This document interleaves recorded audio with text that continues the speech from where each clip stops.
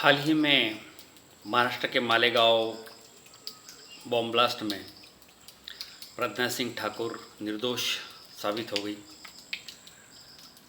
इससे कुछ दिन पहले जो मुंबई में ट्रेन में श्रृंखला में बम ब्लास्ट हुए थे, जिसमें 160 लोगों से अधिक लोगों की जान गई थी और कई लोग जख्मी हो गए थे। ये सरकारी आंकड़े हैं, असल में कुछ आंकड़े ज़्यादा हो गए। उनकी भी निर्दोष मुक्तता हो गई। तो फिर मालेगांव का ब्लास्ट हो या फिर जो ट्रेन में हुए वो धमाके हो, वो किए किसने? ये जो लोग पकड़े गए ये सारे निर्दोष थे, तो इनको पकड़ा क्यों गया? अब मालेगांव बम स्फोट में प्रज्ञा सिंह ठाकुर की स्कूटर मिली थी। उसके बाद फिर जो ये तीनों अफसर थे, वो जब ये अजमल कसाब और सारी गैंग यहाँ बुलाकर उनका जो भी उनके साथ हुआ, ये एक चीज़ है। प्रज्ञा सिंह ठाकुर को कई सालों तक जेल में रखा गया, फिर वो एक सांसद बनी, उसके बाद अभी निर्दोष मुक्त हुई। वो स्कूटर वहाँ कैसे गया था? या फिर पुलिस ने जो उसको पकड़ा था, या इतने दिन तक ये केस चला जो आज न्याय व्यवस्था को लगा कि निर्दोष है, उसे छोड़ दो, तो फिर इतने दिन केस क्यों चला? अब मुंबई बम ब्लास्ट में भी जिनको पकड़ा गया था, जब वो निर्दोषी थे तो पुलिस ने किस आधार पर उन्हें पकड़ा? उसके बाद जो निचला कोर्ट था, हाई कोर्ट से निचला कोर्ट, उसने उनको फांसी की और कुछ लोगों को जन्मठेप की शिक्षा क्यों सुनाई? ज़रा भी उसमें तथ्य नहीं था तो क्यों सुनाई? और उसके बाद हाई कोर्ट में वो सारे निर्दोष साबित हो गए। तो अगर ये सारे निर्दोष थे, पकड़े थे, तो उसके बाद सवाल ये पैदा होता है कि फिर दोषी कौन था, किसने किया?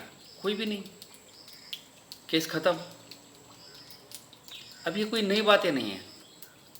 इसके पहले देवेंद्र सिंह जो कश्मीर में डीएसपी था, वो एक हिजबुल करके एक जो संगठन है आतंकियों का, उसका जो एक व्यक्ति था, उसके साथ पकड़ा गया दिल्ली में। कश्मीर में पकड़ा गया, दिल्ली में लाया गया। उसके बाद उसकी सीबीआई या सब ने जो इंक्वायरी की, उसके बाद सीबीआई ने वो डीएसपी देविंदर सिंह और वो जो एक आतंकी था जो पुलवामा में शामिल था, उनका चार्जशीट ही सबमिट नहीं किया 90 दिनों तक। तो उसके बाद उन लोगों को छोड़ दिया गया। एक खूंखार आतंकी को पकड़ा जाता है, डीएसपी देविंदर सिंह उसमें इन्वॉल्व होता है, उसके साथ गाड़ी में पकड़ा जाता है। उसके बाद 90 डेज वो जो सीबीआई ने केस ही नहीं सबमिट किया। क्यों नहीं किया? किसने रोक रखा था? या कानून में ऐसी व्यवस्था है इसीलिए 90 डेज तक कोई चार्जशीट सबमिट नहीं की और उनको छोड़ दिया गया?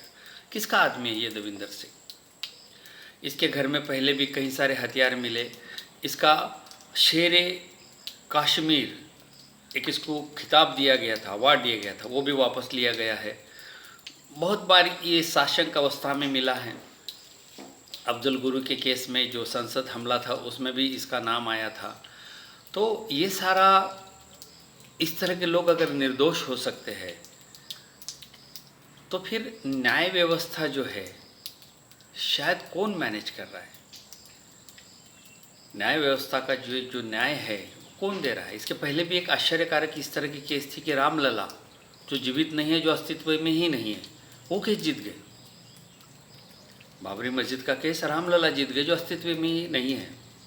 तो जो व्यक्ति अस्तित्व में नहीं है वो अगर केस जीत सकता है, तो आप समझ लीजिए कि इस तरह के जो गंभीर मामले हैं, ये सरकार के इन्वॉल्वमेंट से अपने हिसाब से इसका न्याय कराया जा रहा है और एक समाज में न्याय के प्रति जो आस्था है वो अभी लुप्त होते जा रही है। पर्सनली मुझे अगर कोई पूछे तो मैं पुलिस स्टेशन जाना पसंद ही नहीं करूँगा, क्योंकि मुझे मालूम है वो केस एक तो पहले रजिस्टर नहीं करेंगे और वो न्याय व्यवस्था में जाएगी तो मुझे लाखों रुपए खर्च करने पड़ेंगे, जिसमें न्याय मिलेगा 20 साल के बाद। क्या मतलब है उस न्याय का जो 20-20 साल, 30-30 साल, 40-40 साल नहीं लगते? और जब न्याय लगते भी है, न्याय दिया भी जाता है, तो वो इस तरह होता है। गंभीर जो गुनाह है, जो केसेस है, उसमें अपराधियों को निर्दोष मुक्त किया जाता है। कहीं ना कहीं इसमें राजनीतिक हस्तक्षेप होता है, सत्ता का हस्तक्षेप होता है और न्याय को पलट दिया जाता है।